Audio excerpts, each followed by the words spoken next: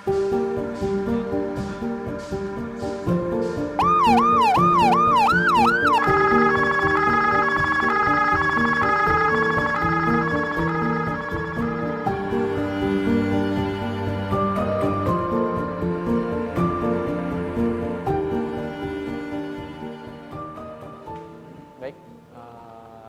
nama saya Muhammad Ali, profesi saya driver, umur saya 27 tahun.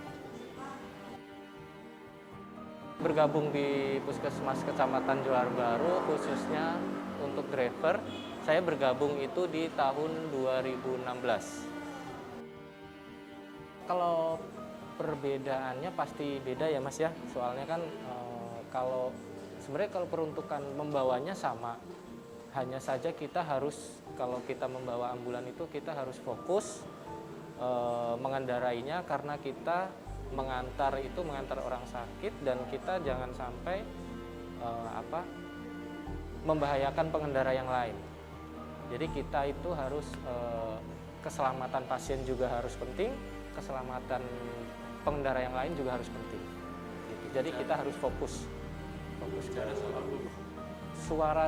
Jadi driver ambulan kalau tidak ada pasien ya, untuk menyuarakan sirine itu kan sebenarnya itu suara sirine ada beberapa suara ya yang berbeda-beda.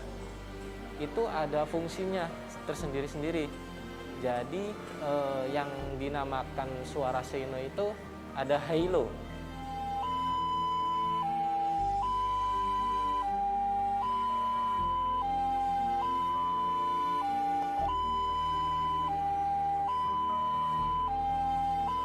Halo itu untuk fungsinya membawa pasien menuju ke rumah sakit yang dituju. Nah, dan ada lagi namanya itu wail.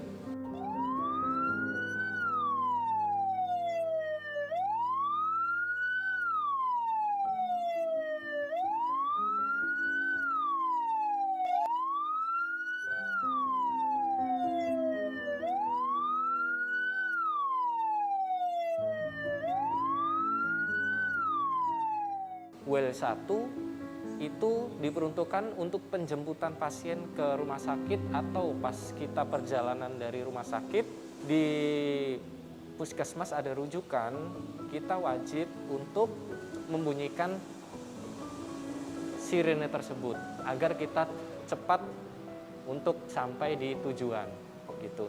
Jadi ada beberapa yang memang ambulan kosong, sirine bunyi, kemungkinan itu untuk penjemputan pasien, atau kita diburu-buru oleh dokter atau bidan yang lain gitu, agar cepat sampai ke puskesmas atau rumah sakit.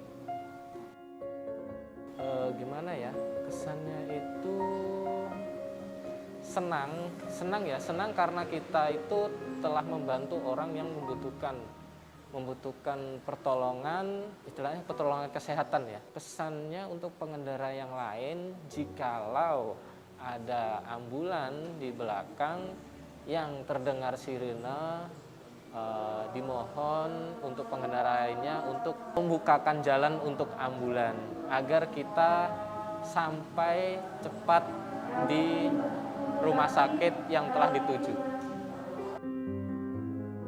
Tanggapan saya itu tidak baik ya, karena kita kan juga harus menghargai pengendara yang lain. Benar, ambulan itu diprioritaskan, cuman ya jangan sampai kita salah gunakan gitu sih. Pesan untuk masyarakat, ya pesan masyarakatnya kita tahu sendirilah ya, kalau ambulan itu diprioritaskan. Nah, untuk kita pas selalu membawa pasien agar disediakan jalan ruang untuk kita untuk menuju ke cepat perjalanan ke rumah sakit, agar kita itu bisa senang kalau pasien yang kita bawa itu sembuh selamat. Pesan untuk sopir ambulan ya, semangat, kita berjuang sama, kita membantu orang yang sakit, untuk selalu hati-hati di jalan. Utamakan pasien, keselamatan pasien, dan yang terpenting keselamatan kita juga harus penting. Itu aja.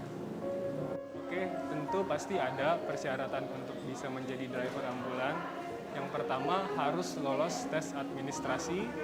Yang kedua harus lolos tes dengan tes uji, pada uji wawancara, ada uji tulis. Dan yang terpenting adalah sudah mempunyai sertifikat untuk membawa driver license ambulans. Jadi harus ada pelatihan yang sudah diikuti oleh supir ambulans tersebut untuk bisa menjadi driver ambulans di fasilitas kesehatan, baik itu di puskesmas maupun di rumah sakit.